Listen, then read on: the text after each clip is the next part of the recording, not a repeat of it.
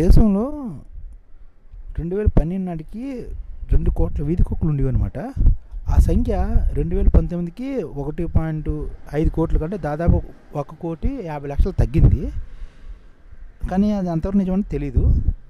కానీ 2021లో 17 లక్షల మంది, 2022లో 20 లక్షల మంది ప్రజలు కుక్కకాడికి గురయ్యారన్నమాట.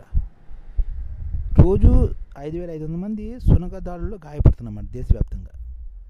మహారాష్ట్రలో అయితే 3.4 లక్షల మంది, తమిళనాడులో 3.3 లక్షల మంది కుక్కకాడికి గురవుతున్నారు అనమాట. ఆంధ్రప్రదేశ్లో 1.70 మంది, ఉత్తరాఖండ్లో 1,60,000 మంది, కర్ణాటకలో 1,50,000 మంది, గుజరాత్లో 1,40,000 మంది ఒక్కొక్కటికి గురవుతున్నమాట. తెలంగాణలో అయితే 80,000 మంది. ఇప్పుడు మనం దీనికి రెబీస్ వ్యాధి ఈ కుక్కగాడి కారణంగా వస్తుందని చెప్తున్నారు కదా. రెబీస్ మరణాల్లో 36% భారత్లోనే జరుగుతున్నాయి అన్నమాట. ఇప్పుడు అండమాన్ నికోబారు, గోవా, సిక్కిము, లక్షద్వీపులు మటుకు రెబీస్ రాకుండా చాలా వరకు అరికట్టగలిగాయి. అలాగే ఆ రాష్ట్రాల్లాగా మనం కూడా కుక్కల్ని ఒక పద్ధతి ప్రకారం రక్షించవలసిన అవసరం ఉంది.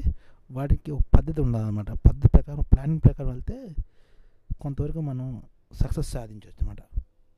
ఈ ఛానల్ ముఖ్య ఉద్దేశం ఏంటంటే, మన తెలుగు రాష్ట్రాల్లో 1 కోటి మందికి సంఘటిత రంగాల్లో ఏ విధంగా ఉద్యోగాలు ఇవ్వవచ్చు, కనీస నెల జీతం 30,000 వరకు ఏ విధంగా ఇవ్వవచ్చు, ఏ విధంగా చేస్తే ఉద్యోగాలు సృష్టించబడతాయో వివరిస్తూ ఈ ఛానల్ వీడియోలు వస్తాయి. అలాంటి వీడియోలు మీకు కావాలంటే మన ఐడిఎఫ్ భాస్కర్ ఛానల్ని సబ్స్క్రైబ్ చేసుకోండి. ఐడిఎఫ్ అంటే ఇండియన్ డెవలప్మెంట్ ఫోర్స్. ఈ వీడియోలు చూసిన తర్వాత మీకు నచ్చితే లైక్ చేయండి, మీ ఫ్యామిలీ మెంబర్స్కి షేర్ చేయండి, మరియు మీ ఫ్రెండ్స్కి షేర్ చేయండి. Thank you. నమస్కారం.